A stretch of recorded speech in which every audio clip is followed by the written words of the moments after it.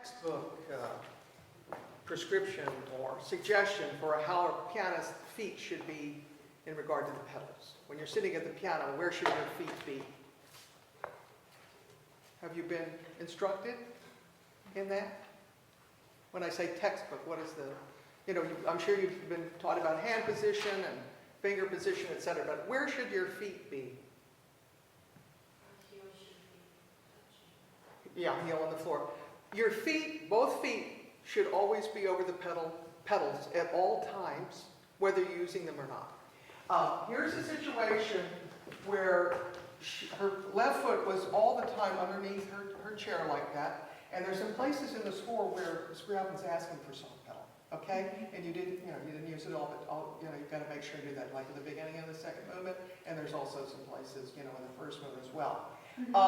For those of you who are not in the habit of doing that, and if it feels a little bit awkward, one of the things you can do is take your feet and just simply put them underneath the pedals, if you decide you're going to work without pedal. But you really need to get used to this position and to try to stay in this position so that you're always ready. Okay, so that's just kind of a general observation of your posture at the piano, but it's something you're also going to need to do. Okay. One of the other things, in particular, well, both movements, when we play on a 9-foot piano, and we have a wonderful opportunity here to do that, you have to really be a bit careful what's going on the bass, okay? Because these strings are so much longer. So in much of the first movement, the left hand is overpowering the right. It happened a little bit in the second as well. So you need to kind of watch out. Let's work on that a little bit at the very beginning. You had a little inaccuracy in the first, interval, ba-bum. This happens often when we have to play loud. We sometimes overdo it. We push. So when you have passages like that, sometimes it's important to practice them pianissimo. So you take all the weight out of the technique, out of your approach, and simply practice it pianissimo. First of all, it kind of calms the mind down a bit. So what I would like just to ask you to do, would you play the left hand for me for maybe the first phrase or so? Pianissimo. Okay. Yeah, just left hand with pedal, but just play the thing pianissimo. With the same feeling, but soft.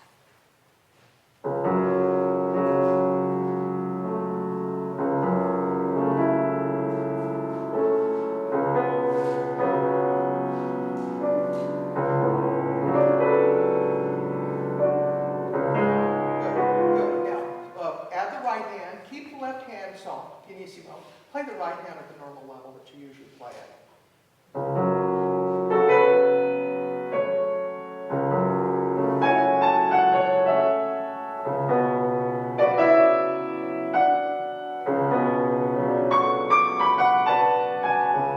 Good. Now let's do that much again. Now bring the left hand up a little bit. Don't play it as loud as you did when you performed it. Bring it up enough to support what's going on in the right hand, but don't overwhelm the right hand. Okay, do what you can.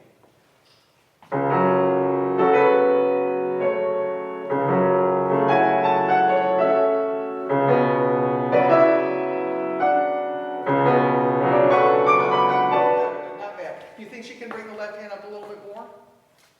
Yeah, okay. Bring it up now just a little more.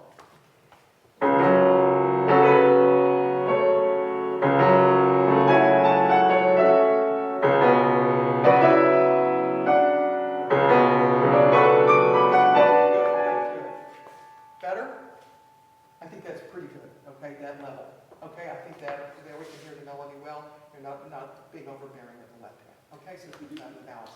The other thing there are two other points I want to talk about in this.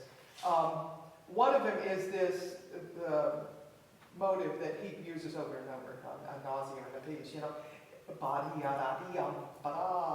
This rhythm. Okay, you have it all over the place. Here's the first place. Can you just play these two bars for me, please?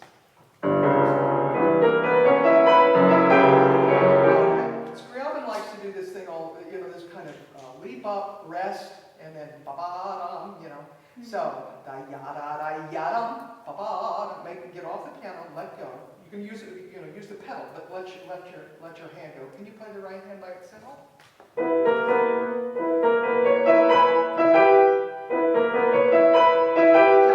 the way you play it, it sounds like this note is the stronger part of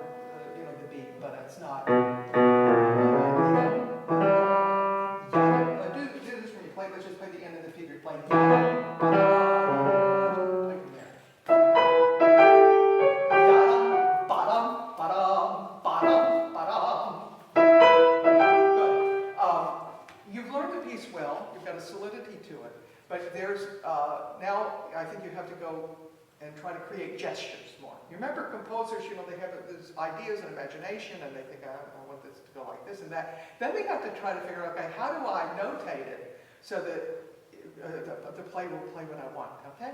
But notation is imperfect, okay? Music really doesn't sound like it looks, okay? So you have to use your imagination and your ear. So,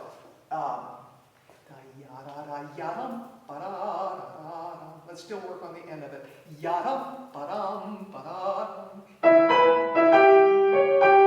Better?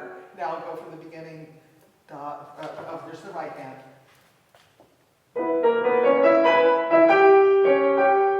Good, and you have this all over the piece, okay? So make sure that you have a little bit more feeling of gesture when it comes in.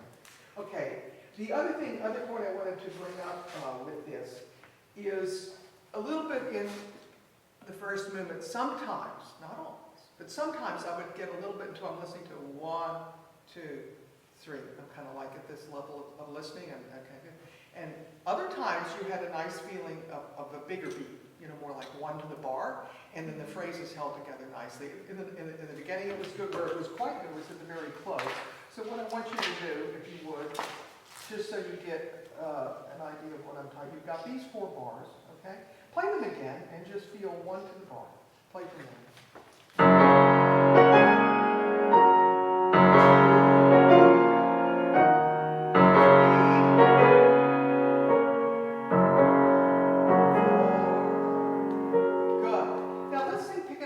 And see if we can have the same feeling of 1, 2, 3, 4, and then it goes on, of course. Take it from there.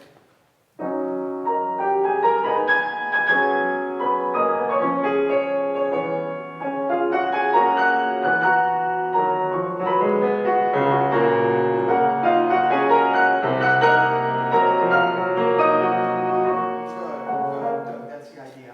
I thought you played the second thing unusually beautifully. It was really quite nice. I just had one little suggestion on that. Right before it starts, let's go back to the first time that you have it. You see here, let me find this part. Can you have a little bit clearer this answer here in the left hand? Maybe, can we start here 2 bars before?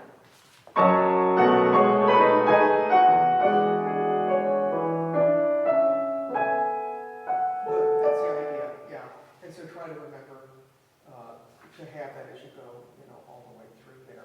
Over here, I thought, in general, the dynamics are quite good. Here, I think your left hand's a little bit too heavy. All right? Can you get into this a little bit? I don't know. Where's a good starting spot for you? We can go right on it. All right. You want to just go right on it.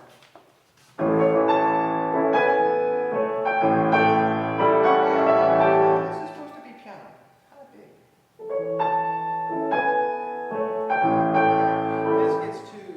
Too loud, okay? So when you get there, play about 4 times as soft as you just played. Okay, this was good, but then it's not that too heavy. Let's do this. Left hand alone from the beginning of the phrase. Okay.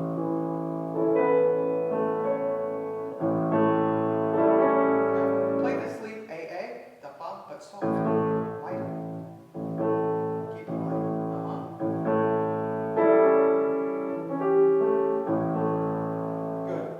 Put everything together and keep the left hand at that level.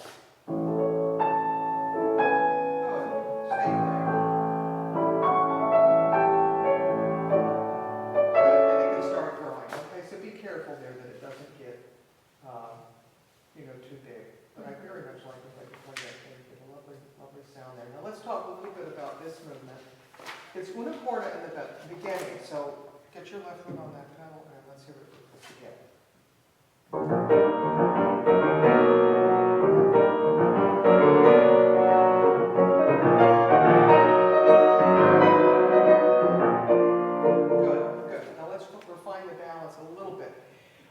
Can you, when you get to the tenuto notes, play these, you can hold them longer, but maybe not so heavy, okay? Try it, do left hand alone. Yeah, not so heavy. Yeah, because I think the tenuto is more about holding the note as long as you can stand, but not heavy. So,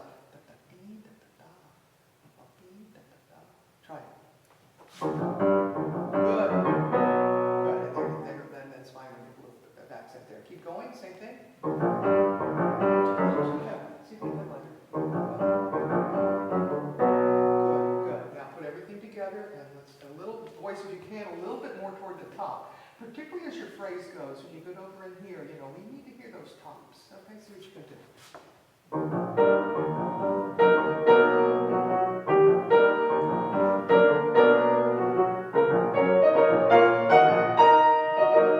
Good, and I think you can use a little bit more damper pedal. You see these pedals? They're pretty long. If your balance is more refined, okay, you can keep this down. If you can bring that top more, so the better your balances are, the more pedal you can use. If they're kind of too much the same and you use pedal, everybody will say, she's playing with too much pedal.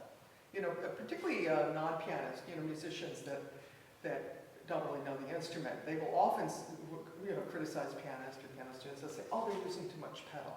And that's usually not the problem. The problem is in the balance, it's in the voicing, okay? So, let's try again, see if you can use a little more damper pedal, but refine your voice and keep this even lighter, and then give us a little more top. See if that works for you.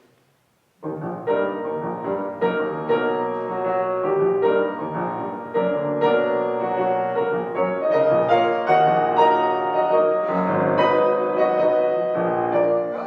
That was nice. It was warmer sound, and you had, you know, the pedal feeling that you need, and you had better voicing in there. Okay. The last thing I want to say about this movement, what's the character for you, or what's the spirit? What's he talking about? Very capricious and spontaneous. What can you do to make that happen a little bit more? Can there be a bit more of a smile in the music? Try. Bring it to life.